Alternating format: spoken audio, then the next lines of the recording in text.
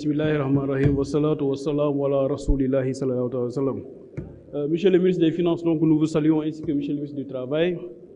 Nous savons que pendant 30 ans, vous avez été donc au sein de ces ministères en tant que fonctionnaire et vous avez fait un excellent travail là-bas et vous connaissez les choses.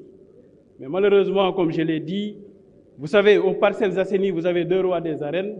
Le roi des arènes de la lutte, mais aussi on a le roi des arènes donc de la dette qui habite aux Parcelles Assainies.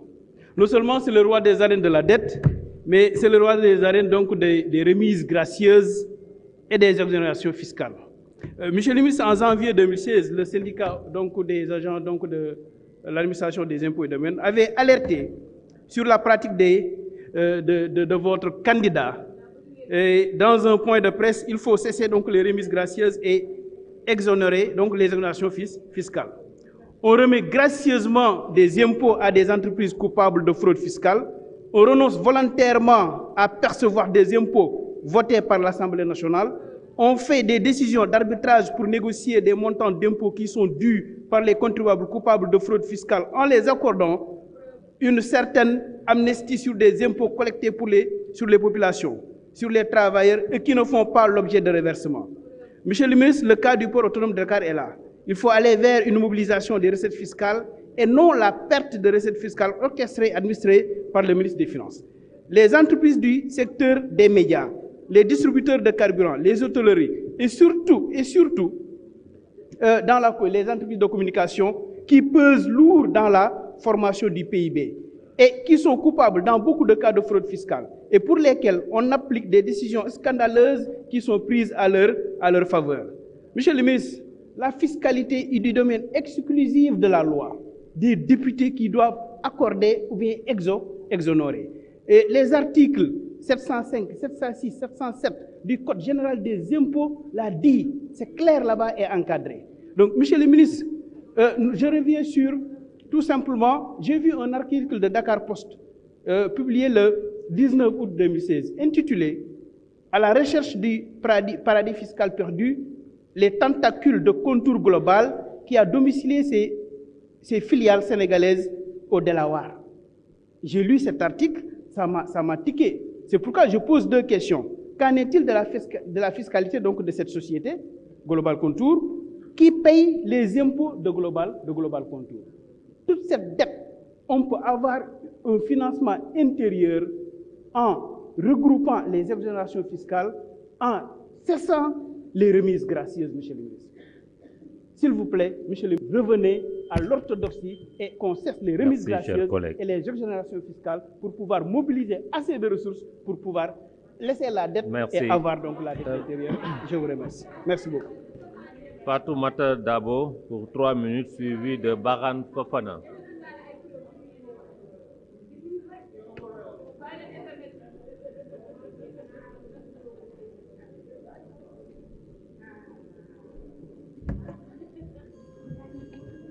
Merci, Président. Je suis le président de l'Assemblée d'abord, de la Djorsa Wachouaï, monsieur le ministre des Finances et du Budget, je suis le ministre Sambassi, ak seen collaborateurs yépp di nuyu chers collègues. Monsieur le ministre, ma lay gërëm di la sant ndax sa taxawaay ñëpp nu la gërëmee noonu laa lay gërëmee mais nag monsieur le ministre gannaaw bi ma la gërëmee man nag xam nga ne département de Goudomp moo ma sonal ndax tey nga fa réew mi yëpp par exemple tey yow yaa ko yore macha allah kon nag bëgg naa sama département boobu nga jàppale ñu ci bu baax a baax ndax li ñu fa manqué dafa bëri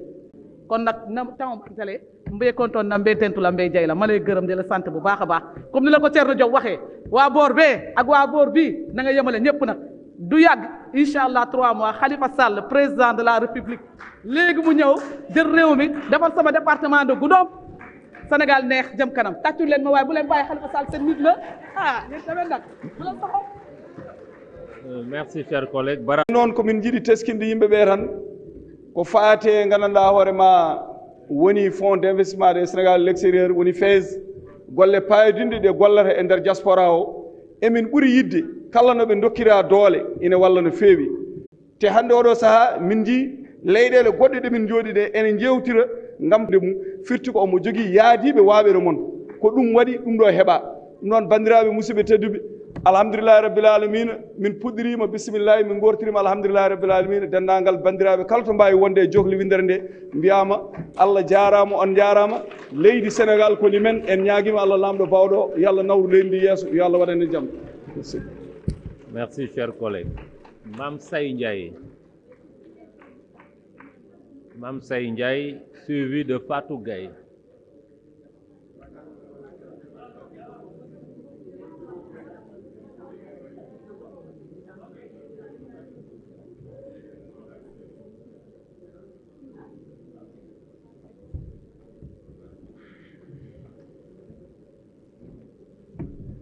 Auzu billahi mina seytaani rajim bismillahi rahmaani rahim président maa ngi lay nuyu di nuyu monsieur le ministre ak délégation bi mu àndal di nuyu monsieur le travail maa ngi lay nuyu Samba Sy monsieur le ministre di la su dafa waxan démb rek laay wax tey di la sant di leen sant di leen gërëm ci yar bi ak teey gi ak dal gi ak xam-xam bi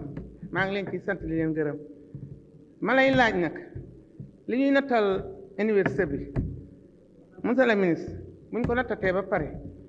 saytu leen ci teg seen bët ndax du ngeen ko yor jàngalekat yi duñ ko yor ña ko yor ngeen teg leen fa lu leen neex lañ koy def te loolu ñi tax nu natt ko dañ leen koo war a jox ngeen jàppale nag étudiants yi ngeen jàppale leen ndax ñi nga xam ni dañoo jóge ca àll ba ñëw fii di jàng bu ñu leen jàppalewut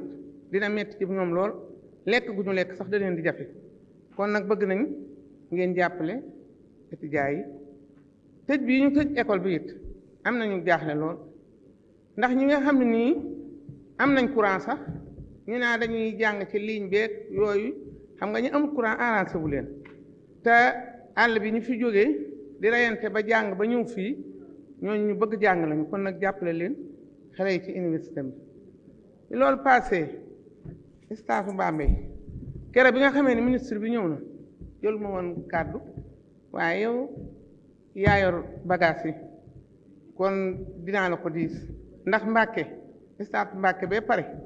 bi nga xamee ne nii moom lañ koy def programme bi mook bu Bambey ñoo bokkoon programme équipe bi ñëw ba andi seeni bagage ñu xëy dem ba dëggum na gën a si waxtuñ ca dara dégg naa ko ci programme bi nag waaye taxaw leen ci ba ni mu meloon bu njëkk ni ñu defan bu njëkk buñ ko def ndax soxla nañ ko lool xale yi dajaloo nañu ñëw ba ci man diis ma ko man leen man de duma maire ndax maire moom moomu dëkk te maire bi moom añoo àndan di liggéey waaye dafa aw nii léegi ma aw nii waaye bu ma demee nag ca kilifa ya dinaa leen ko diis bu ma demee foofa dinaa leen ko diis te sama xale yooyu nag ñor nañ ma kon monsieur le ministre finance taxawal ma ci loolu financement yi taxaw ci jigéen ñi li Thierno sama doom jee wax nag dégg ko rek ndey ji seex moom jaaxaanaay lay tëdd rek ndey ji seex jaaxaanaay lay tëdd bu ñuy amee lii nañuy am lee rek Sénégal jëm kanam waaw bu ko merci cher collègue bi ma tudd démb nag mënu ma koo ñàkk bañ a tudd waaw honorable Aïssatou Mbodj jërëjëf Linguère mënu ma koo ñàkk bañ a tudd yéen ñëpp àndandoo leen càmmiñ yeeg doom yéen ñëpp àndandoo leen ngeen jox ko réew mi mu defar ba mu baax jërëjëf merci